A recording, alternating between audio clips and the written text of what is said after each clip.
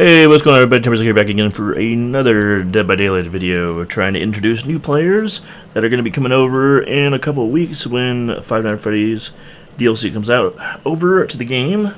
Don't know how many it's going to be. I'm guessing it's going to be, I don't know. I mean, there's millions and millions of people that really like the Five Nights at Freddy games and the movies and comics and all that good stuff, so it could be, I mean, it could only be a few thousand, it could be 100,000, we don't know. But I'm making these videos to help people that are new come over because there's a lot of killers, there's a lot of perks, a lot of stuff into the game over these 9 years that wasn't there at the beginning, you know. But we are on to Michael Myers. This is going to be the first licensed killer they ever came out with. I mean, technically, you could say, oh, wait, Trapper, he looks like Jason, you know? I mean, yeah, he has a machete, and he kind of has the mask, but, you know, they couldn't get the license. So technically, you know, you could say, even though he uses bear traps, technically, he could be Jason. But overall, the shape, or Michael Myers, is going to be the first licensed killer right now. One thing to note is all the licensed killers in this game aren't called by their actual names due to said license. So Freddy Krueger's known as the Nightmare. Bubba, or yeah, I forget what his real name is or what they call him in Texas Chainsaw Massacre, but he's known as a cannibal in this game. Whatever her name is, what was it, Sarah or whatever? Jigsaw's assistant. She is known as the Pig in this one, and yada yada. You know, you've got the Ghostface, who's Scream or whatever. But let's talk about Michael Myers. First of all, you already know the story. If you don't, go watch the Halloween movies. They are awesome. He's tall. He has a tear radius of 32 meters.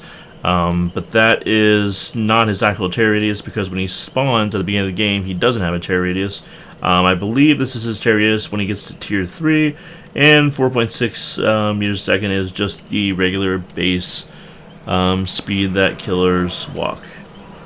So, going over his power, it's pretty simple. When you are looking for survivors, for me, I'm on controller, so I hold down the left trigger and I begin to stalk. And when I stalk, the survivors are going to have a white outline around them, and that is going to signify that you are getting the stalk from them, or as I call it, getting the juice. So you might hear me say, you know, I've got enough juice, or I've got the juice, or whatever. I just call it juice, you know.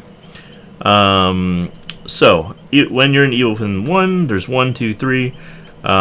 You get the undetectable status effect, which means that you don't have a tear radius. The survivors are not going to have a heartbeat sensor even when you're, you know, right on them. They're just going to have to use their eyes and try to see where you are. And especially when you're wearing nothing but black as Michael Myers, it's kind of hard sometimes to see where he's at. But once you get to tier 2, and the music will play, the classic, you know, do do do do do do do, you know, that'll play, and that'll let you know that you are in tier 2 or tier 3 or whatever. I think it's actually louder and more dramatic once you get to Evil Within 3, but in Evil Within 2, your tear radius is decreased, but you do get a tear radius. I'm not sure what the radius is on it. When it gets to tier 2, it could be 16, it could be 20. I'm not sure. And then it slightly increases his movement speed, and his basic attack has a slightly increased lunge. So even though you're undetectable at Evil Within 1, you generally don't want to try to attack or whatever. I mean, if you get a freebie hit, if you have a freebie hit like right in front of you, yeah, go for it, take it. But other than that, your lunge range is very weak, and you move pretty slowly. So I would just try to get to tier 2 if you can. And there's a lot of different strategies that you can do with Michael Myers. Like, a lot of people, they have a strategy where they just stay on Evil Within 1 the whole game, and I'll show you that in a second. But once he gets to Evil Within 3, which is what we're going for, all survivors are going to suffer from the exploded status effects, which means that you just have to hit them once, and it skips the injured state, and it goes directly into the dying state. and then he holds this knife differently too, so that also will let you know that you're in tier 3. It only lasts for 60 seconds, and then you'll go back down to Evil Within 2, and you'll have to stock again to get back up to tier 3, and that is pretty much his ability. Now, add-ons. Add-ons are huge with Michael Myers. Right here, I'm just going to be doing basic add-ons that just increase the rate at which he gains the juice. So this, you get the juice more by 25%, and then this is 11%, so that is 36% in total. Now there are a bunch of different strategies that you can use. A lot of people, they use Scratched Mirror. It says that Evil Within 1 reveals survivors' auras when stalking. When you're within a 32-meter range, you get to see exactly where they are as long as you're holding down the left trigger or whatever it is for whatever platform you're using. You cannot go into tier 2 or tier 3. That is the drawback with this. And your movement speed is decreased by 4.5%, and you do get a lot more blood points. So people use the Scratched Mirror. Tombstone is huge with Michael Myers, and survivors hate it. They wish it was banned. Basically, if you run up to a healthy or injured survivor and you're in tier 3, you can just kill them on the spot without having to hit them, down them, hook them, or anything like that. They're just dead right on the spot. And then when you do that, it drains the power significantly with Evil Within. And then it also increases the amount of evil required to reach tier 3, going from tier 2 to tier 3 by 300%, which is a lot. And they also, not too long ago, nerfed Michael Myers to where the closer that he gets to survivors, the slower the meter is going to move up to get to tier 1 to tier 2 to tier 3. So the further you want to be pretty far away from them when you're getting the juice, so you can get to tier 3 as fast as possible. Another strategy is to use both of the Evil with the Visceral. They're changing the colors of the add-on. Everything just changed. By the way, all the colors. I don't know why they did it, but like the Survivor Pudding, it used to be yellow, now it's green. This used to be green, now it's blue. They changed the rarity. I don't know why. I don't know why they did that. But the iridescent add-ons, or the strongest, or not strongest, but the highest ranked add-ons for each killer are always going to be red. And they are called Visceral for some reason. And a lot of people, they use these both at the same time. This is just like Tombstone Peace, where you can kill healthy or injured survivors by just walking up to them when you're in tier 3. And it also is going to increase the amount of evil required to reach tier 3 by 400%, which is huge. And it decreases the movement speed by 9% while you are in. So yeah, they nerfed Judas Tombstone, and then Fragrant of Care. It just means that you will not be knocked out of Evil Within 3 at all once you get there. You're staying there for the rest of the game. But it also increases the amount of evil required to reach Evil Within 3 from tier 2 by 400%, so that is going to be 800% extra. It takes a long time, in a lot of games, by the time you get to tier 3, if you're using both of these add-ons, I mean, the survivors might only have to do 1 or 2 gens left. Like, I'm telling you, it takes a while. Especially when survivors are aware of which killer they're playing against.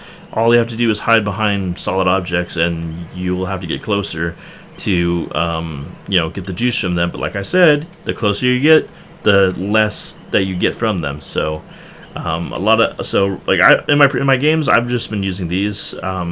And I haven't had a problem with it. I just make the strongest build that I possibly can for Michael Myers, and the add-ons are just here so I can get to tier 3 as fast as possible. So we are going to be just doing that, and I think I'll put in a Bloody Party Streamers. That just makes it to where everybody in the game gets the bonus and not just me.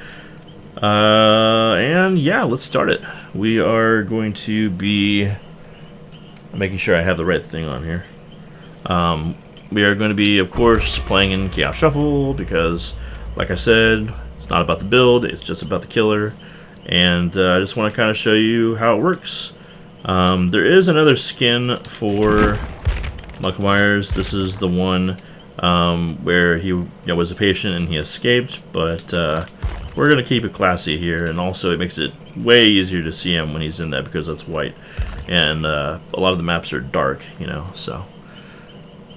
But other than that, there's not much else to talk about with Michael Myers.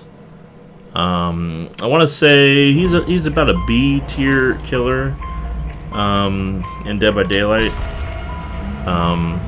You know, you would think because of his notoriety he'd be one of the strongest killers in the game, but just because, you know, he doesn't really have like a power, you know, he's not like a nurse, he can't teleport through things. He's not a hillbilly, he can't zoom around the map at 100 miles an hour. You know, he stalks, he goes into this exposed, you know, but pallets work on him, you know, if you're good at looping and you're good at, you know, using pallets at the right moments, you really have nothing to worry about when you're playing against Michael Myers. So depending on which group of survivors we're playing against here, if we're playing against a good team, I might struggle. We shall see. The matchmaking system is quite random at times, as the only thing that matches you against other players is hidden MMR, which is, in my opinion, one of the worst things ever added to online multiplayer. They used to have another ranking system that was 20 through 1, which was a lot better, and now they just match you with a number to other players that you cannot see, and the longer that takes for you to find a game, the more spread out the numbers are going to be. So if my MMR is 1,000 and it takes me 5 minutes to find a game, I could be matched against someone with an MMR of like 15,000, just for an example. So pretty bad build, not gonna lie, pretty bad build. The perk to the north just means that actually I don't know what this means. Okay, so yeah, it just means that, as you can see there, I'm almost at tier 2. I just have to go to the top of this hill and get it. But it just means that my tear radius is going to be changing throughout the match depending on if I'm in a chase or not. The one to the west makes it to where whoever is healing after I unhook someone, they're going to get a penalty to healing. And what you want to do right here is exactly what I'm doing. You want to leave it a sliver before tier 3, and then right when you're on them, you want to use it, like here. So she was looking at me and she ran into a wall. That does happen a lot, I will say. So we get our first hook of the match here. The perk to the east is Tinkerer.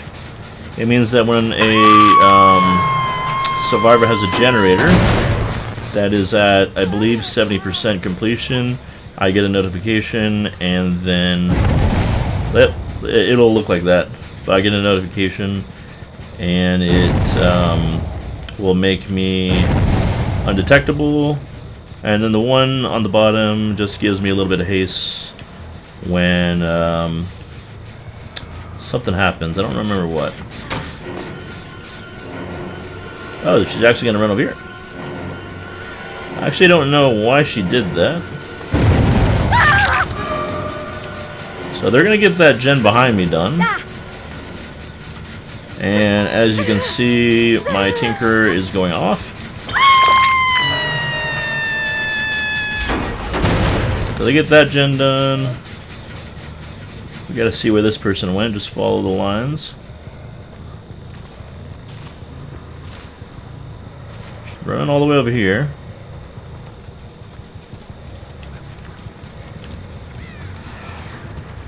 Here's someone healing.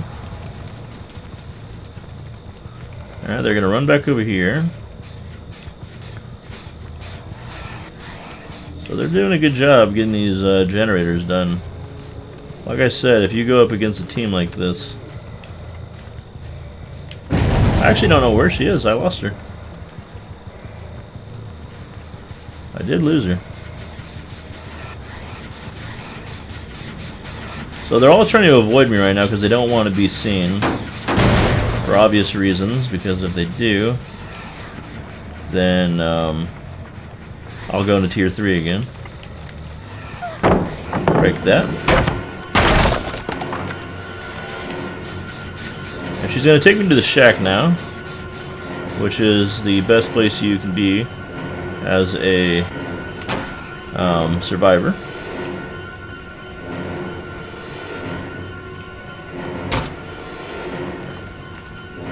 We're going to do a little quick back. Oh, they knew what we were going to do. Let's see if they hit me with this. Yep. And you always want to not respect the pout in the shack, because that means that one of the best pouts in the game is gone. She's working on that. She's going to go through that vault. She's vaulting here. So we're playing against a pretty good team.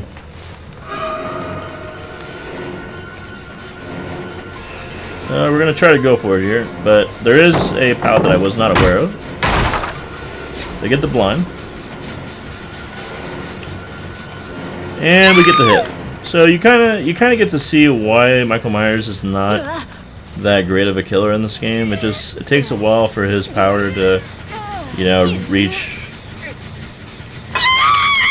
tier 3, and you know, while you're doing that, they're getting the gens done, so. And then Tinker goes off again. This is another gen that they're almost done completing.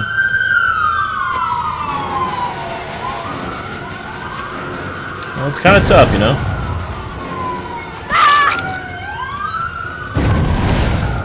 We're gonna go over here and see if we can hit them.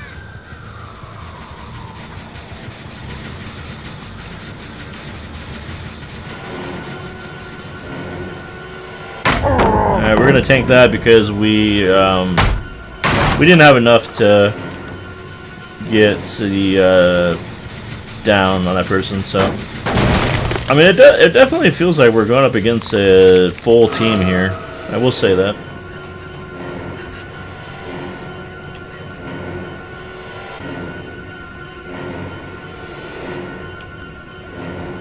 So she's going around the side.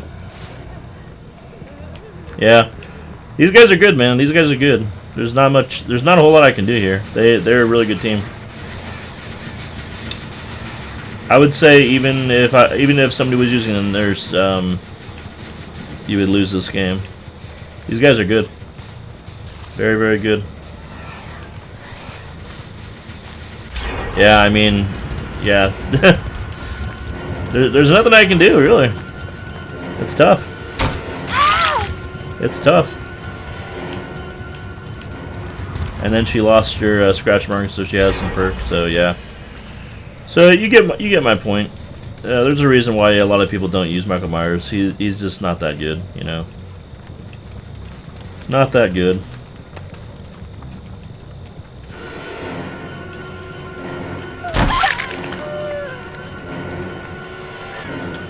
But like I said at the beginning of this series, that's a boon totem, by the way.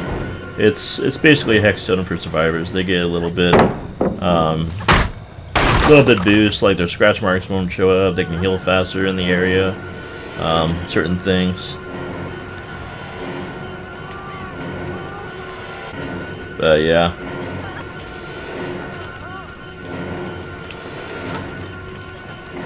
Yeah, you can see why it's tough, man. It's tough against good survivors.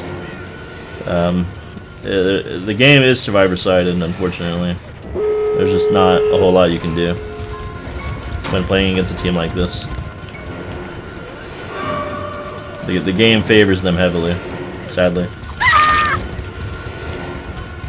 But it's nothing new. Yeah, I've been playing Dead by Daylight since it came out in 2016 or whatever year. Yeah, 2016, because we're at the 9-year anniversary, and it used to be more fair. But unfortunately, Dead by Daylight for some reason caters to survivors. I don't know why the majority of people in this game play killer, at least on the North American servers. But survivors, they complain about the littlest things, and Unfortunately, behavior just caters to them. I don't know why. I really don't.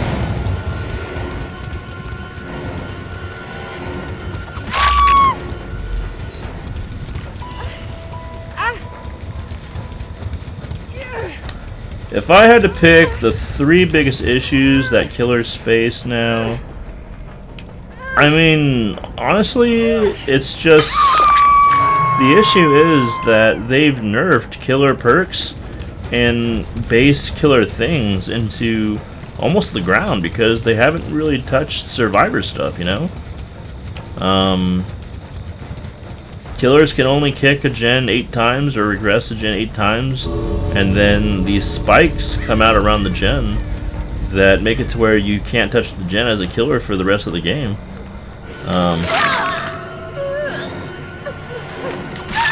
And it looks like they're just going to leave their friend on the hook. So, well, at least we get a 1K. I mean, against a team of 4, that are communicating and everything and working well together as a team like that, if you can get one person dead, I mean, you did a good job. So, and even the pro players will tell you that.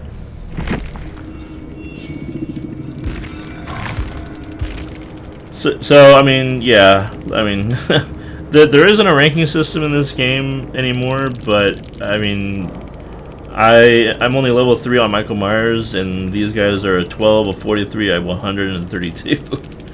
If that tells you anything. Wow. I gotta laugh for a second here.